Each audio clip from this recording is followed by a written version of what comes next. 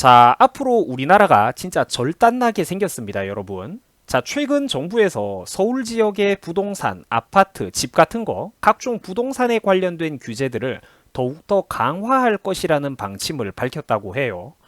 요즘 우리가 뉴스를 틀다 보면은 김현미 국토교통부 장관의 후임으로 거론되고 있는 사람이 변창흠 후보자라는 사람이 있습니다. 자, 그런데 문제는 이 양반도 부동산 문제와 관련해 가지고는 김현미보다 더 무능력하고 고집은 더욱더 강력한 전형적인 좌파 정치인이라는 게 문제점이에요. 아파트 그리고 부동산 문제에 있어가지고 이 사람도 말하는 것 보세요. 재건축 재개발 규제를 앞으로도 계속해 나가겠다고 끝까지 잘못된 정책을 고집 부리고 있습니다. 자, 김현미 이 사람도 역대급이었는데 이제 이 양반보다 더한 사람이 오는 거예요. 자, 그런데 지금 보니까 이런 무능력한 사람도 국회의원을 무려 3번씩이나 해먹었습니다. 진짜 대한민국 민도 수준을 볼 때마다 좀 어메이징하다고 진짜 감탄이 나옵니다. 뽑은 사람들은 도대체 뭘 보고 뽑았던 걸까요? 상대 후보의 허수아비가 나왔어도 그거를 뽑아줘야 되는 것 아닌가? 자, 어쨌든 김현미도 역대급이었는데 더 무능력하고 고집은 더욱더 센 사람이 지금 국토교통부에 들어오게 생긴 겁니다. 대한민국 이제 절단 났어요, 여러분들. 경제 끝장난 거야. 자, 여러분. 지금 문정부의 부동산 정책 스코어가 24전 24패라고 합니다. 아시다시피 손을 댈 때마다 시장에 역효과만 불러왔고 그 결과 지금은 서울을 비롯해가지고 전국의 부동산 가격들이 역대급으로 말도 못하게 튀어 올라간 상황입니다. 그죠? 자, 그런데 김현미의 후임으로 똑같은 아니 더한 사람이 끼리끼리 모여들고 있으니까 이제 우리나라의 이 부동산 정책 24전 24패라는 빛나는 스코어에 1패가 또 추가되게 생긴 겁니다. 물론 문정부가 쓰고 싶은 사람을 국민들 눈치 보느라 청문회 눈치 보느라 못 쓸 사람도 아니고 변창흠이가 결국 기정사실로 들어오고 나면은 자기 임기 동안 1패가 아니라 또 20패, 30패가 넘는 스코어를 추가하게 될 겁니다. 그때마다 막대한 국민들의 세금이 수천억 원씩 소모가 될 거고 그리고 또 그 피해는 고스란히 우리 국민들이 전부 다 나눠서 짊어지게 되겠죠. 자, 여러분, 조금만 있으면은 우리나라의 새로운 국토교통부 장관이 될지도 모르는 이 변창흠 선생님의 어록을 한번 살펴봅시다. 뭐 옛날에 뭐 참고로 이 사람이 뭐 막말을 했고 무슨 소리를 했고 이런 것도 물론 제가 잘 알고 있습니다만 사실 그런 거는 국가적인 단위에서 보자면 이런 자리에서 다루기에는 소꿉장난에 불과합니다. 자고로 정치인을 평가할 때는 가장 중요한 게 뭐냐? 이런 식으로 이 사람이 어떤 거시적인 국정 철학을 가지고 있느냐입니다. 기본적인 사고관념이 어떻고 앞으로 나라의 거시적인 정책 방향성을 어떤 방향으로 끌고 갈 거냐 이게 문제라는 거죠. 근데 제가 이 사람을 비판하는 이유는 그게 잘못되었기 때문입니다. 이 양반이 말하는 거 한번 보세요. 변창흠이가 말하는 거 들어봐. 재건축 재개발 부동산 규제를 앞으로도 계속하겠다라고 고집을 부리고 있습니다. 자, 지금 우리나라 부동산 문제의 핵심을 이 사람은 전혀 모르고 있는 거죠. 우리나라 서울 부동산 지역 문제의 핵심은 근본적으로 수요는 많은데 공급이 부족하다라는 게 문제입니다. 그런데 지금 변창흠 후보자의 생각은 공급 늘리기 싫다 이거랑 똑같은 말을 하는 거예요.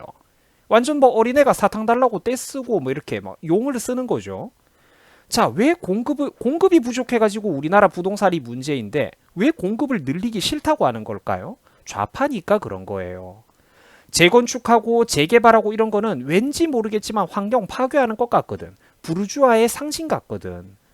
부동산 재개발이라고 하면은 뭔가 물질적인 것 같고 가만히 앉아서 돈 버는 사람들 많은 것 같고 그 부동산 붐으로 여러 사람들이 돈방석에 올라앉고 그 불로소득 챙기는 것 같고 볼 때마다 그 이념의 머리가 찌들어 버린 사람들은 이 재건축 재개발이라는 키워드를 볼 때마다 머릿속에서 거부 반응이 나오거든요. 배가 아프거든. 그래서 반대를 하는 거예요. 좌파 특징이 바로 이런 겁니다.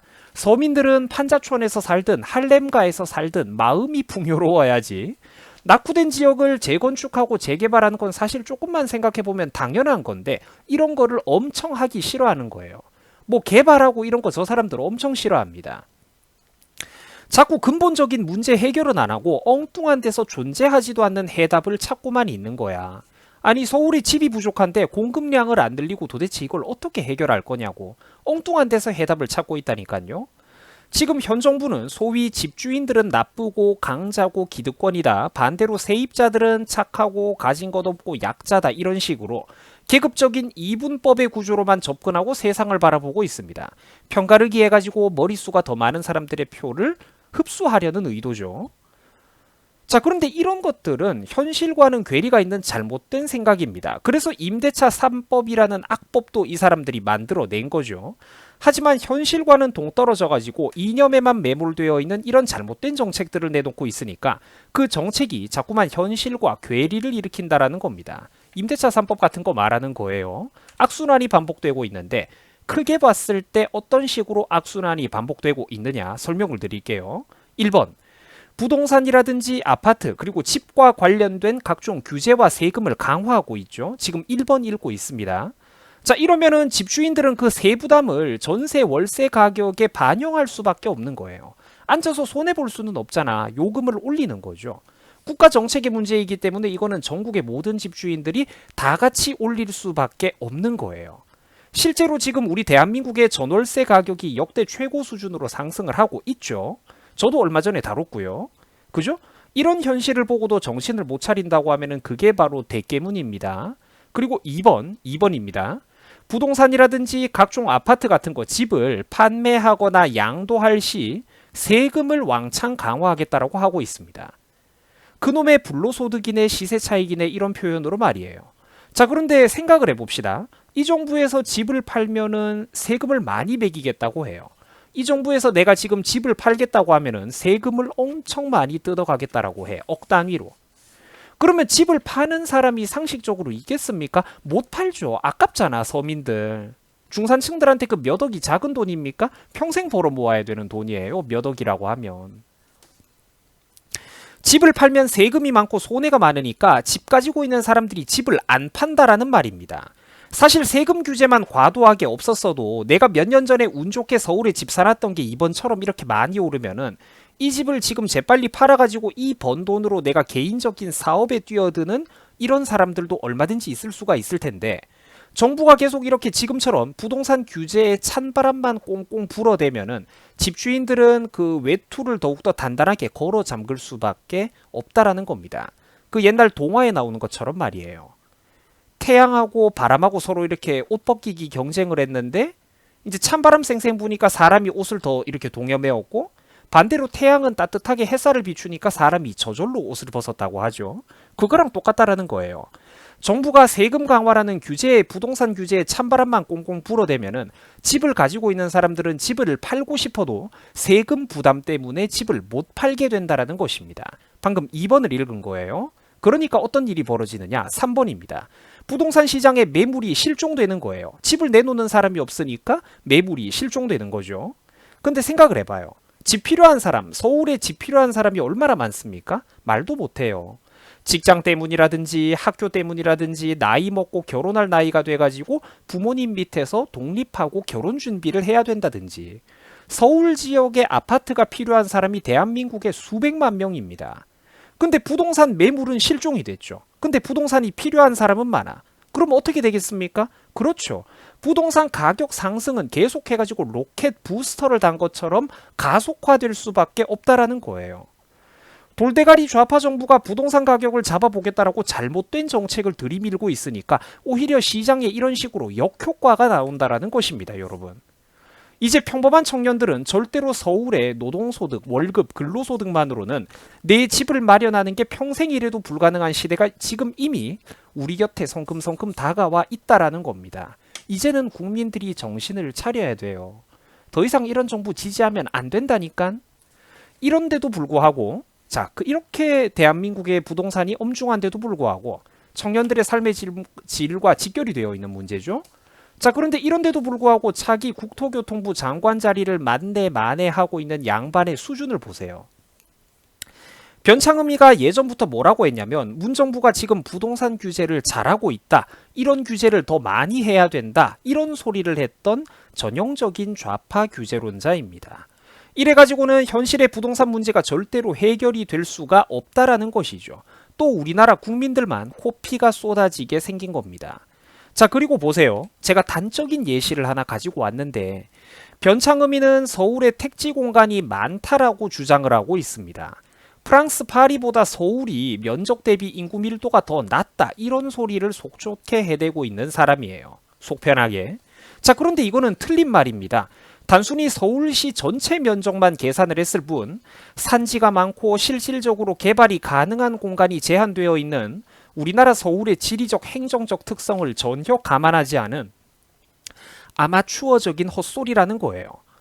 올해 프랑스 파리와 비교하면서 서울은 인구 밀도가 낮다라는 속편한 드립을 국토교통부 장관이라는 양반이 치고 있는데, 이제 아직까지는 후보자지만 어쨌든 이런 양반이 치고 있는데 이거는 잘못된 헛소리입니다. 왜냐? 방금 전에 변창흠이가 떠들어댔던 그 수치는 정말로 광활한 서울시 행정면적 전체를 모두 합친 공간으로 실질적으로 사람이 살고 있는 도심 지역의 인구 밀도를 따진 게 아닙니다. 한국은 홍콩이라든지 대만 같은 그런 극소수의 도시국가, 도시지역을 제외하면 실제로 세계 탑 클래스 인구 밀도를 자랑하는 나라가 맞습니다. 전 세계를 통틀어가지고 제대로 된 이런 광역급의 나라다운 나라 중에서 대한민국보다 인구 밀도가 높은 나라는 없어요, 여러분. 없다고 봐도 무방합니다. 극소수의 도시국가 사례 빼고. 이런 통계 상식은 사실 정치를 입에 올리는 사람이라면 기본 중에 기본과도 같은 상식이죠. 뭐 문제는 이런 상식도 없는 것들이 대한민국 국회의원 중에 뭐 수백 명이라는 게 문제지만 말이죠. 자, 뿐만 아니라 변창흠이가 떠들어댔던 저 뭐 인구 밀도 어쩌고 저 수치는 서울의 자연독지 지역 등을 비롯해서 개발 제한 구역도 제대로 고려하지 않은 정말로 단순한 면적 대비 통계를 말하는 것으로 실제 서울에는 주택을 공급할 만한 땅이 매우 빠듯하고 어려운 게 현실입니다. 이런 현실과는 지금 예비 국토교통부 장관이라는 사람이 이런 서울의 현실과는 전혀 동떨어진 헛소리를 하고 있다라는 거예요. 유럽을 들먹이면서 말입니다. 자, 유튜버한테도 영혼까지 탈탈 털리는 이런 인간이 꼴에 대한민국 LH 토지주택공사 사장까지 하고 요즘 청년들은 저기에 사무직 직원으로 들어가는 것도 힘든데 이렇게 수준 낮은 사람이 토지주택공사 사장까지 하고 이제는 하다하다가 국토교통부 장관까지 해보겠다라고 설치고 있으니까 우리나라 정치 수준 여러분들 어떡합니까 진짜. 하더라도 내가 해야지 진짜 막말로 여러분 안 그렇습니까? 안타깝다니까 내가 이런 사람들 막 별 달고 이렇게 거들먹거리는 거 보면은. 자, 서울에 택지 안 많습니다. 서울에 택지 공간 안 많아요. 다 산입니다 여러분. 그리고 서울은 전체 도시계획구역 면적 대비 녹지 면적이 무려 38%가 넘어가는 도시로 도시 전체의 면적 중에 3분의 1 이상이 녹지 공간입니다. 근데 쟤네들이 녹지 공간을 조금 줄이고 아파트 짓고 주택 공급 짓자라고 하면 그거 찬성할 사람들입니까? 아니죠. 환경 파괴된다고 거품을 무는 애들이잖아. 이런데 지금 서울에 개발 가능한 땅이 어디 있습니까? 개발 가능한 땅이. 머릿속에 꿈만 가득하고 꽃밭만 가득할 뿐 현실이 없다는 거예요. 현실이. 자, 다시 한번 정리를 해보겠습니다만 우리나라 서울 지형의 현실은 평지가 아주 적고요. 산악 지형이 매우 많습니다.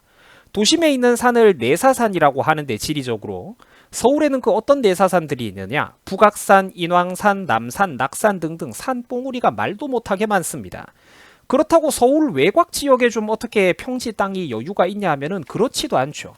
서울 전체를 둘러싸고 있는 외사산들이 또 질비한데 북한산도 있고 덕양산도 있고 관악산도 있고 용마산 같은 것 등이 서울 전체를 병풍처럼 감싸고 있습니다. 토가 나오죠. 거기다가 우리나라 현실을 한번 생각을 해보세요. 부동산 개발 좀 하려고 하면은 그놈의 규제가 왜 그렇게 많습니까? 툭하면 고도 제한이다, 그린벨트다, 녹지 공간이다, 환경보호해야 된다, 난리를 쳐대죠. 이런 현실들을 모두 감안하면은 안 그래도 땅이 부족한 서울대에 주택 공급이 가능한 지역은 더더욱 제한적이라는 겁니다. 참고로 변창흠이가 들먹였던 프랑스 파리에는 도심 안에 산이 없어요, 여러분. 아까 서울에 산이 얼마나 많았는지 생각해 보시면은 굉장히 대조적이죠. 프랑스 파리는 도심 지역 안에 산이 없습니다. 싹 다 평야예요. 그리고 프랑스 외곽에도 마음만 먹으면은 개발하기가 쉬운 숲들만 있을 뿐입니다. 뭐 뱅센 산림 공원이라든지 블로뉴 숲 같은 것들이 대표적인 예입니다. 그러니까 요컨대 우리 한국과는 실정 자체가 다르다라는 거죠.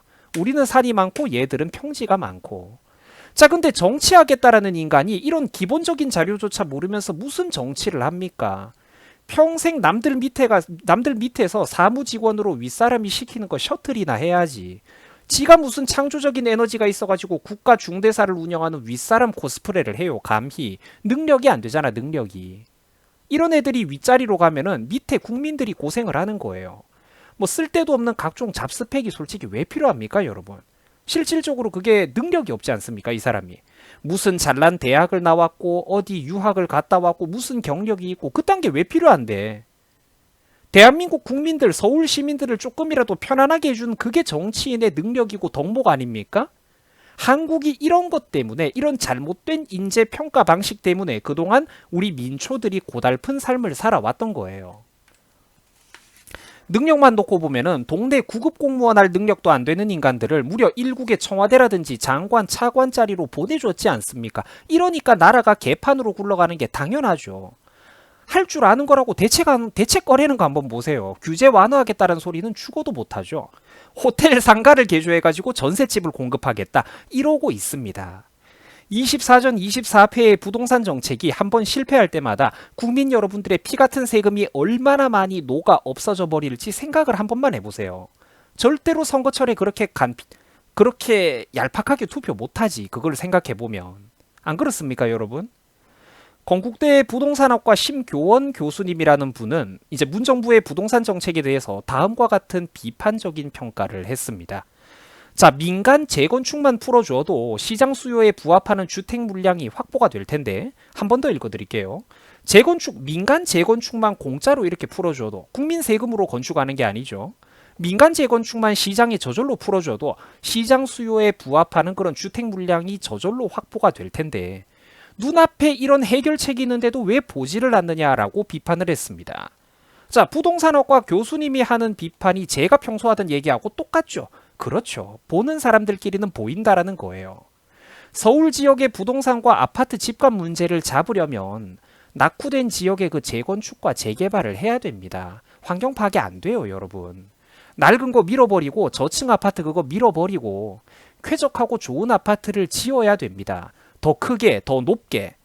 인구 수용 능력을, 똑같은 땅의 인구 수용 능력을 늘려야 되는 거예요. 왜? 아니, 서울이 인기가 없으면 재건축 재개발도 할 필요가 없어. 근데 서로 서울에 들어와가지고 살고 싶다고 난리를 치잖아, 국민들이. 그러면 공급량을 늘려야죠.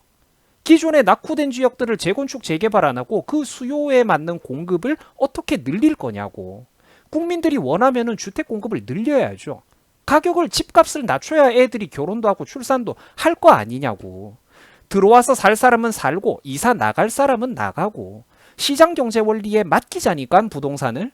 그렇게 안 하면 절대로 이 서울 부동산 문제는 근본적으로 해결이 안 됩니다, 여러분. 지금까지 제가 이렇게 설명드렸던 배경 지식을 잘 한번 정리를 해보면서 변창흠이가 말하고 있는 이 발언을 다시 한번 보세요. 아까 처음에 제가 보여드렸던 화면인데, 자, 재건축과 재개발 규제를 이 사람은 앞으로도 계속하겠다고 합니다. 그죠? 부동산 규제를 앞으로도 계속해서 고집하겠다라고 해요. 이게 그러니까 우리나라 정치권의 수준입니다. 국민들이 현명해야 이런 애들한테 속아 넘어가지 않을 텐데 이제는 제발 이미지만 보고 누구를 지지하고 투표하는 거는 그만둘 때가 되었습니다. 그 사람의 구체적인 공약과 비전, 국정 철학, 그 사람이 구체적으로 어떤 생각을 가지고 있나, 이거를 보고 우리가 어떤 정치인을 지지해도 지지하고 투표를 해도 투표를 하고, 그렇게 가야 성숙한 민주주의로 대한민국이 거듭날 수가 있는 것입니다. 자, 여러분들 수고하셨습니다. 마지막으로 한 줄 요약만 하자면 부동산도 시장 경제에 맡겨야 됩니다. 여러분 수고하셨습니다.